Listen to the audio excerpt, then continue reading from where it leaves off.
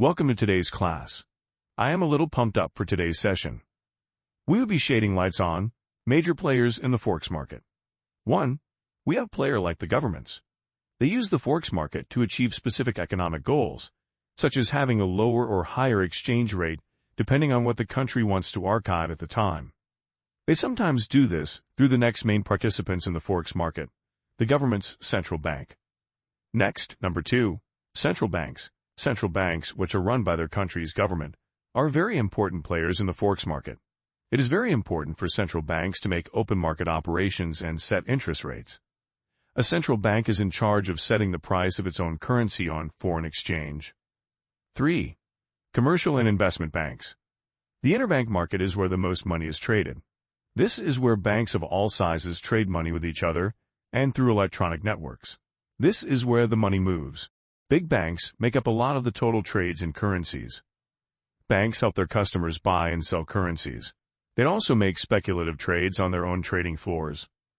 4. Investment managers and hedge funds. Second only to banks and central banks are portfolio managers, pooled funds, and hedge funds in the Forex market. They make up the second largest group of players in the market. Investment managers trade currencies for big accounts like pension funds, foundations, and endowments, and they earn fees and commissions when they make a profit. 5. Multinational corporations. Firms that import and export execute Forex transactions in order to pay for goods and services. Consider a German solar panel manufacturer that imports American components and sells finished products in China. After the final sale, the Chinese yuan received by the producer must be converted back to euros. The German company must then exchange euros for dollars in order to purchase further American components. Also, companies trade Forex to mitigate the risk involved with currency conversions. To decrease foreign currency exposure risk, the same German firm may purchase American dollars on the spot market or enter into a currency swap agreement to receive dollars prior to acquiring components from the American company. Hedging against currency risk can also give a layer of security to offshore investments. 6. Individual investors.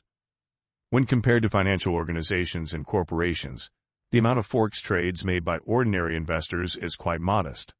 However, it is rapidly gaining popularity. Currency transactions by retail investors are based on a combination of fundamentals, such as interest rate parity, inflation rates, and monetary policy expectations, and technical reasons, that is, support, resistance, technical indicators, price patterns. That is why the Forex market is the world's largest financial institute, with a daily trading volume of about $6.6 trillion. Well, if you'll ask me, I'd say that's a big deal, compared to other trading institutes, firms in large markets, or trading floors. How do you make money from the Forex market? In Forex, currencies are traded, and they are traded in pairs. If you think that a particular currency would get stronger or weaker, you can simply either buy or sell the currency against the other currency that it is paired with. For instance, let's say that you are trading the EUR-USD currency pair, and you have analyzed that the euro would rise in price. You simply buy the euro against the USD over a long or short period of time. Depending on your original bias for how long the euro would pull off that move, you analyze. See you in our next class.